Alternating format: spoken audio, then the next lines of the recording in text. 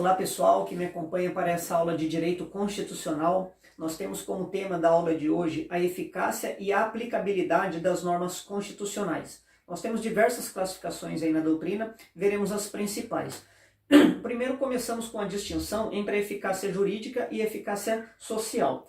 Como regra geral, todas as normas constitucionais, elas vão apresentar eficácia, elas têm eficácia. Algumas elas têm eficácia jurídica e social e algumas apenas eficácia jurídica. E aí, nós temos um conceito aqui, segundo Michel Temer, que ele vai observar que a eficácia social, ela se verifica na hipótese em que a norma vigente,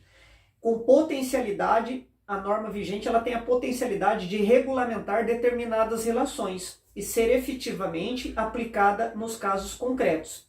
A eficácia jurídica, então veja, a eficácia social eu posso aplicar no caso concreto. A eficácia jurídica, a norma está apta a produzir os seus efeitos nas relações concretas, mas, além disso, além dela já estar apta a produzir os efeitos na relação no caso concreto, ela já produz efeitos jurídicos na medida em que a sua simples edição vai resultar na revogação de todas as normas anteriores. Então, quando é editada então, uma norma constitucional, nós vimos que ela revoga todas as anteriores. Por si só, ela já acaba então tendo assim, uma eficácia jurídica, além de uma possível efetivação ali diante do caso concreto. Então seria essa a distinção em relação à norma jurídica, então a eficácia, aliás, jurídica e a eficácia social. Então, segundo aí a primeira classificação que nós analisaremos, de José Afonso da Silva, elas podem ser de eficácia plena, contida ou limitada. Temos essas três possibilidades. Então vamos às normas constitucionais de eficácia plena. O que vem a ser isso? Essas de eficácia plena, elas têm então a aplicabilidade direta, imediata e integral. São normas que no momento que elas entram em vigor no ordenamento, na Constituição, elas estão aptas a produzir todos os seus efeitos. E aí ela não depende de uma outra norma. Ela por si só, ela tem plena eficácia. Essa é a ideia. Então, em regra, essas normas elas vão criar os órgãos, atribuir então aos entes federativos as suas devidas competências, elas não têm a necessidade de uma integração com outra norma. Então, aproximam-se do que a doutrina clássica lá norte-americana chama de normas auto-aplicáveis, elas têm auto-aplicabilidade. E aí José Afonso da Silva ele vai dizer que essas normas então constitucionais de eficácia plena são aquelas que receberam do poder constituinte, receberam do constituinte uma normatividade suficiente à sua iniciação imediata, à sua incidência imediata. Tá? Então é aquela que não precisa de uma outra norma para regulamentação. Nós temos vários exemplos aí, vamos pegar aqui o 226, artigo 226, parágrafo 1º da Constituição, artigo 230, parágrafo 2º, que vai falar aí sobre a gratuidade do transporte coletivo urbano para maiores de 65 anos de idade. Então não precisa de uma lei para regulamentar isso, a lei ela já discrimina, ela já apresenta ali quais seriam os direitos em relação ao transporte coletivo urbano para aqueles de maiores de 65 anos, então eles têm gratuidade. Então, vejam, é uma norma, assim como várias outras, que não precisam de nenhuma outra norma, outra legislação regulamentando ela. Depois nós temos normas constitucionais de eficácia contida. Ela também, no caso, ela tem aplicabilidade direta e imediata, mas possivelmente ela não é integral. Vamos lá analisá-la. Embora ela tenha condições, embora então quando elaborado, quando promulgado ali uma Constituição, ela tenha condições, a partir da entrada de vigor, é claro, de produzir os seus efeitos, pode haver uma redução da sua abrangência. Então ela é contida, contida significa o quê? Você conter, você regular. Então seria nesse sentido, de você reduzir aquilo que a norma deseja. E aí, nesse tocante a essas normas de eficácia contida, há então uma limitação, uma restrição à sua eficácia e, consequentemente, à aplicabilidade também. Então, essa restrição dessas normas constitucionais, elas podem se concretizar por meio de uma norma infraconstitucional, pode ser então uma outra lei, ou pode ser até por meio da própria Constituição, a partir então da incidência de algumas normas, quando ocorre, a exemplo, um estado de defesa, estado de sítio. Então são situações que vão limitar determinado direito, determinada norma. Tá? Então essa restrição pode se dar por motivo de ordem pública, bons costumes, paz social. Então são conceitos vagos que vão se efetivar por meio da própria administração pública. Enquanto então não materializado o fator restrição, enquanto não surge essa restrição, enquanto não é apresentado essa restrição, essa norma ela acaba tendo eficácia plena. A partir do momento então que existe essa possibilidade de restringir, de conter, ela então acaba sendo uma norma de eficácia contida. Tem-se como exemplo também, em relação a essa, o artigo 5º, inciso 13 da Constituição, que vai assegurar ser livre o exercício de qualquer trabalho, ou ofício ou profissão, atendido às qualificações que a lei estabelecer. Então vejam, esse exemplo, apesar de ser livre o exercício de qualquer trabalho, ofício ou profissão, a própria lei vai dizer, atendendo às qualificações profissionais que a lei assim estabelecer. E aí nós temos o Estatuto da OAB, que vai então dizer que para exercer a profissão de advogado, para atuar como advogado, é necessário ser aprovado no exame de ordem. Então veja, uma restrição, uma redução ali, uma contenção desse artigo previsto ali, dessa norma prevista no artigo 5º ali da Constituição. Então o que a lei infraconstitucional fez foi reduzir, daí o Estatuto da OAB, ele reduziu então esse direito que é constitucionalmente assegurado. Então uma norma de eficácia contida. O STF entendeu então que o exame de suficiência, no caso aqui em relação ao OAB, ele seria compatível com o juízo de proporcionalidade e não alcançaria o núcleo ali essencial da liberdade de praticar ali determinada profissão, no caso a do advogado, a de advogado. Então não restringe aí o direito previsto lá na Constituição, simplesmente é uma norma então de eficácia contida. E aí essa aprovação do candidato, segundo aqui foi julgado ali o RE 603.583, aduziu-se que a aprovação do candidato seria um elemento para qualificá-lo para o exercício profissional. É lógico que nós não vamos discutir isso aqui, alguns entendem ser correto, outros não, mas é uma outra questão daí. Então, a Corte estabeleceu que nem todos os ofícios ou profissões podem ser condicionados ao cumprimento de condições legais para o seu exercício. A regra, então, é a liberdade. Somente algumas profissões, então, exige-se aí esse requisito aí, tá? E aí, algumas atividades, né, a maioria, na verdade, não precisa. Para exercer profissão de músico, por exemplo, não precisa, né, e várias outras profissões não precisa de nenhum controle. Então, as normas constitucionais, nós temos também normas constitucionais que asseguram o direito de greve. Vejam, na Constituição de 1988, manteve o direito de greve para trabalhadores em geral e depois ainda ela colocou essa previsão para trabalhadores, para servidores públicos. E aí, no primeiro caso, nós temos uma norma de eficácia contida, porque então existe a possibilidade e existe também essa possibilidade de greve, mas existe norma regulamentando. Em relação à segunda, no primeiro caso, então, nós temos a norma de eficácia contida. No segundo, nós temos uma norma de eficácia limitada, porque o exercício da greve dos servidores públicos, ela vai se dar por uma lei específica, então ainda não editada pelo Congresso Nacional. Tá? Então, na primeira, nós temos uma norma de eficácia contida, que ela sofre algumas restrições apenas, e a outra, no caso dos servidores públicos, que está lá no artigo 37, inciso 2 da Constituição, uma norma então de eficácia limitada, que nós veremos aí na sequência. Ainda em relação às normas de eficácia contida, nós temos lá um inciso, no próprio artigo 5º temos o inciso 7º, 8º, temos o 15, temos o 24 e vários outros, tá? Depois vocês podem acompanhar pelo material aí no livro do professor Lenza que nós estamos estudando. Então essas normas de eficácia contida, ou ainda temos a nomenclatura delas também na doutrina de normas constitucionais de eficácia redutível ou restringível, que acaba apresentando o mesmo significado.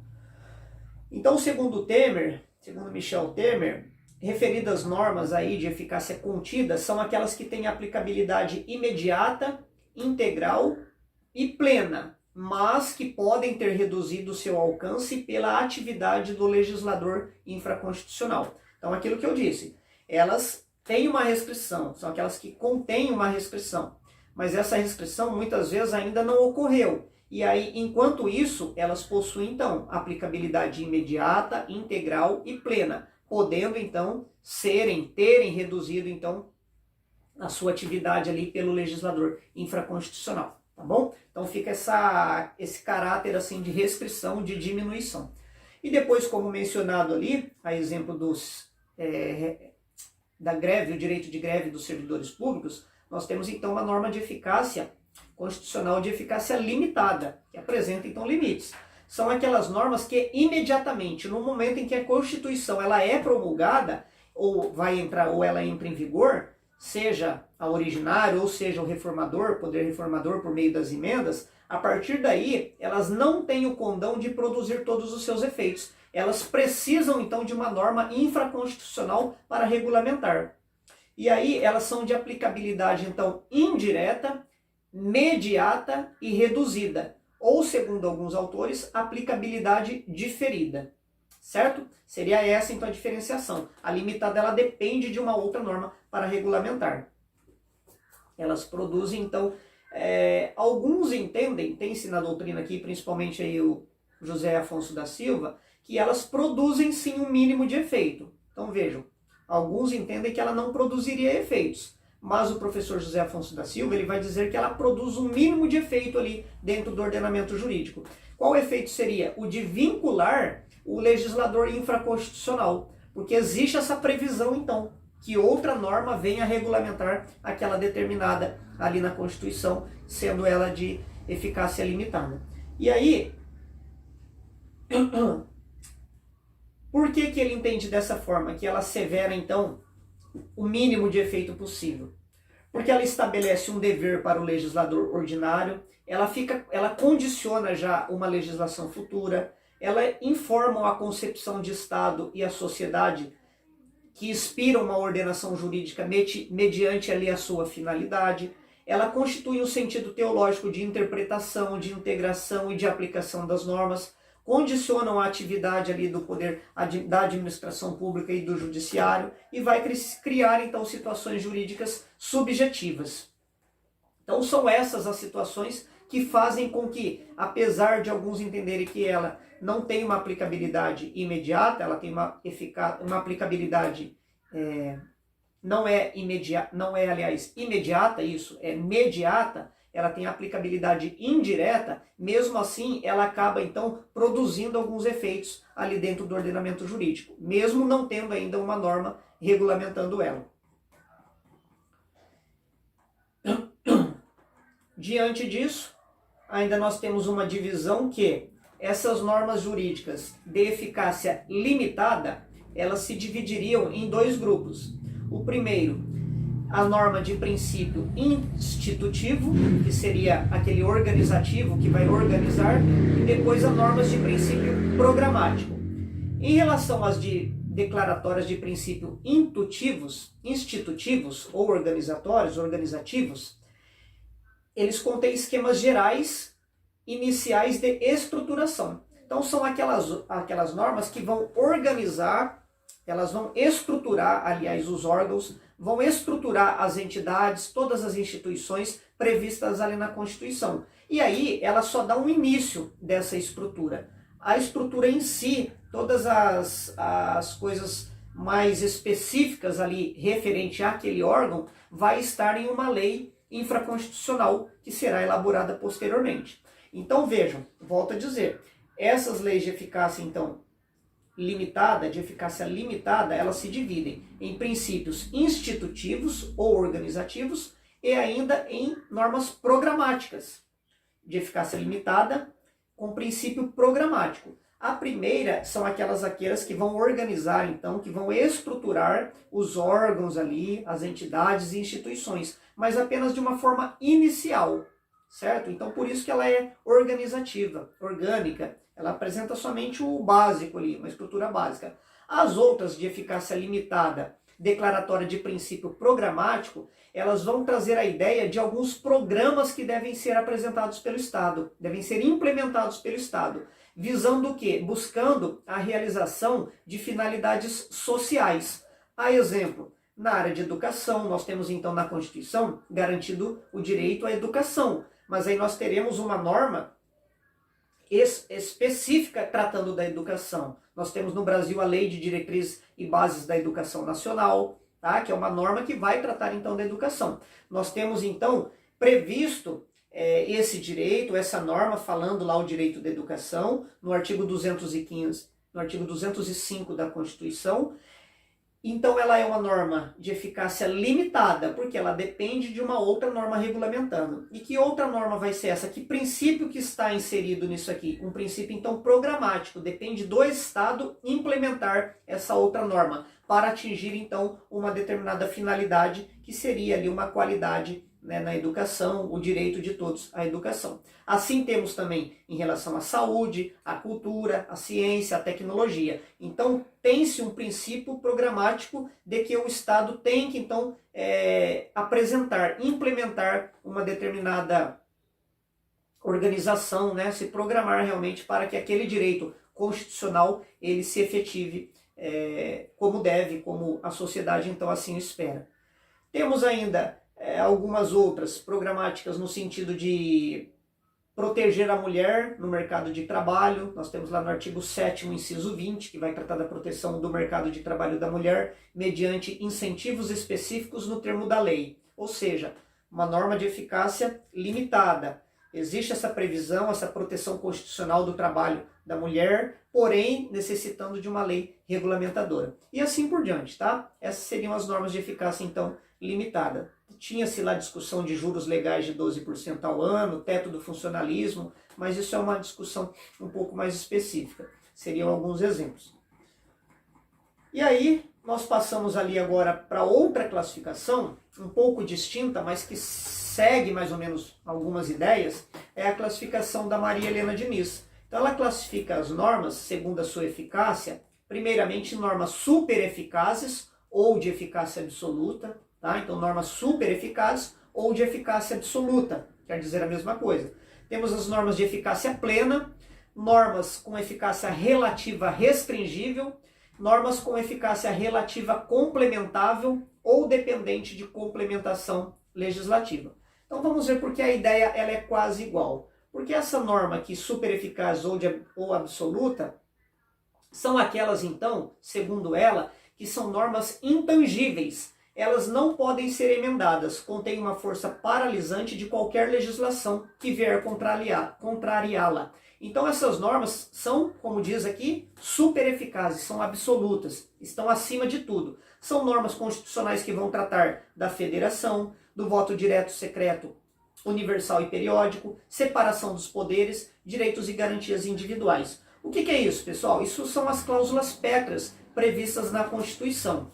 E aí, segundo alguns entendem que essas normas já não podem jamais ser alteradas. Mas hoje tem-se uma visão doutrinária diferente disso. Na verdade, elas não podem ser abolidos os direitos que tratam disso. Elas poderiam ser discutidas, poderiam ser alteradas, desde que não fossem abolidos em relação ao que está previsto aqui nesses artigos chamados então de cláusulas pétreas. Tem-se então as cláusulas pétreas como normas aí de eficácia absoluta, segundo a Maria Helena Diniz. Depois as normas com eficácia plena, nós vimos ali na classificação do professor José Afonso da Silva.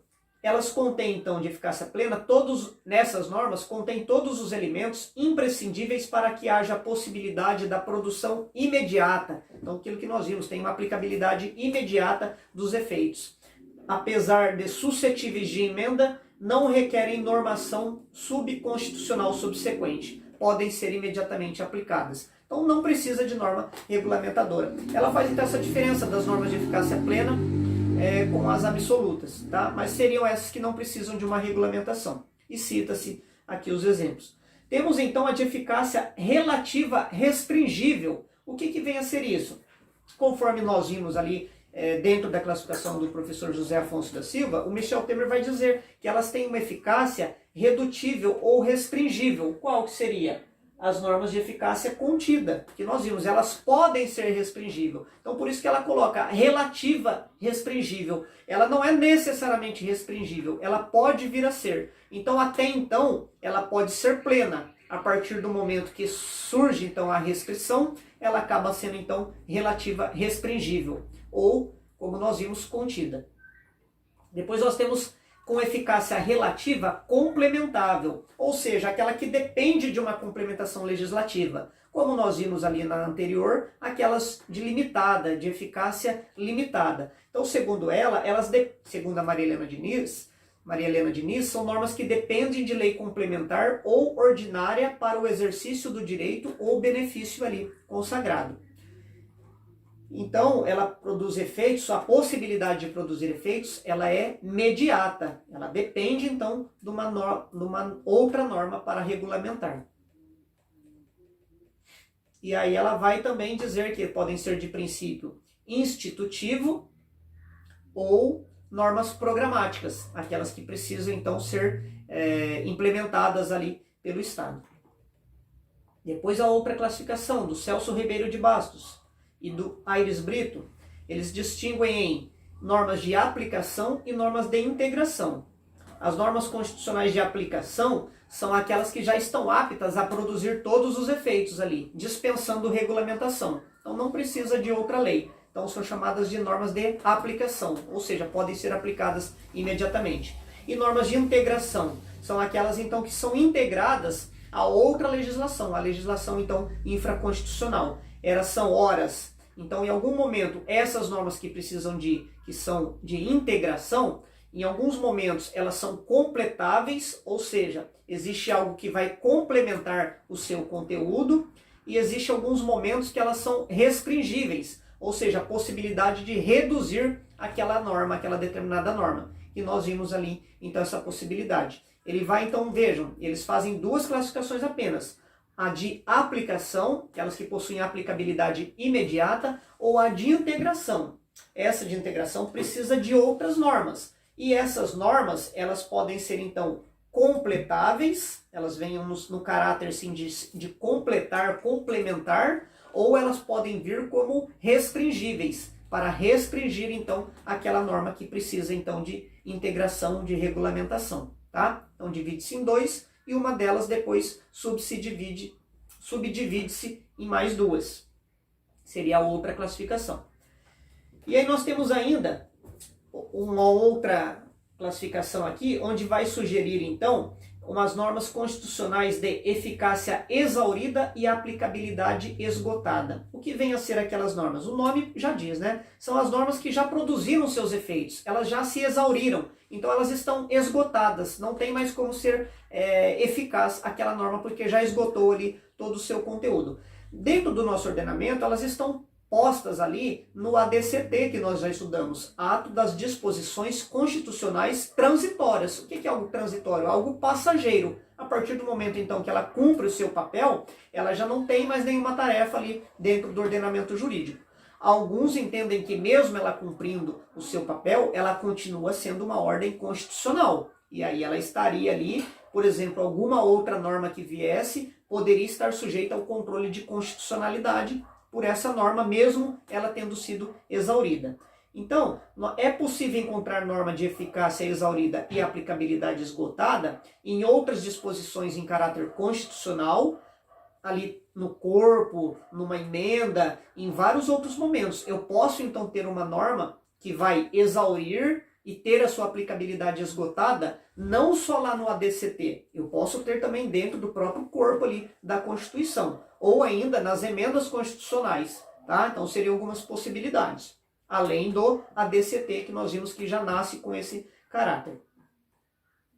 E aí nós temos ali as normas definidoras de direitos e garantias fundamentais. Então, de acordo com o artigo 5º, parágrafo 1º, eles têm então aplicação imediata no que se refere então aos direitos e garantias fundamentais, de acordo com a doutrina. José Afonso da Silva ele vai dizer que o termo aplicação não se confunde com aplicabilidade, tá? Tá certo que isso é doutrina, isso é aqui a teoria, mas essa seria então, ele faz essa distinção em aplicação e aplicabilidade. A aplicação imediata significa que as normas constitucionais são, abre aspas, dotadas de todos os meios e elementos necessários à sua pronta incidência dos fatos, situações, condutas ou comportamentos que a regulam. E aí continua, depois fecha aspas. Então essas normas, as normas definidoras ali de direitos e garantias individuais, que são os chamados direitos de primeira geração, eles têm então aplicabilidade imediata. A regra é que eles sejam então de aplicabilidade imediata. E aquelas definidoras de direitos sociais, culturais e econômicos, também nós já estudamos direitos de segunda geração, nem sempre são. Tá? Porque não são raros que dependem de providências ulteriores e que competem à eficácia e possibilitem a sua aplicação. Então, em relação aos direitos sociais, como eu disse, a exemplo ali, saúde, educação, nem sempre acabam tendo, segundo o professor aqui, uma aplicação imediata. Por quê? Porque eles vão depender de uma outra norma regulamentando aquela determinada matéria. Tá? Então, seria essa a diferença. E aí? As regras, as normas, então, por via, a regra geral é que as normas que consubstanciam direitos fundamentais, democráticos e individuais são de aplicabilidade imediata, enquanto aqui define direitos sociais, também podem ser, também tem essa tendência de ser, mas em algumas situações elas acabam sendo normas de eficácia ali integradora, complementar, necessitando então de uma outra norma regulamentadora. Ou seja, muitas vezes de eficácia contida, de eficácia limitada, vai depender ali da classificação, tá bom? Na verdade, limitada, perdão, falei contida, mas esses direitos sociais de eficácia limitada. Ou, como nós vimos ali, dependendo ali de uma lei integradora. Então a aplicabilidade, muitas vezes, acaba não sendo imediata. Tá? Acaba sendo, às vezes, de forma mediata, indireta, dependendo, então, de uma outra lei. Então, por que nós estamos falando isso? Voltando ao nosso tema. Estamos falando de direitos e garantias fundamentais. Quando se dá, então, direitos e garantias fundamentais, no que se refere ali aos direitos, então, fundamentais, democráticos e individuais, a aplicabilidade é imediata. Quando se dá, então, em relação aos direitos sociais, nem sempre o são. Pode ser, mas nem sempre são. Nós temos, como eu citei ali, exemplo do direito de greve, tá? Então são normas que dependem então de outras regulamentações.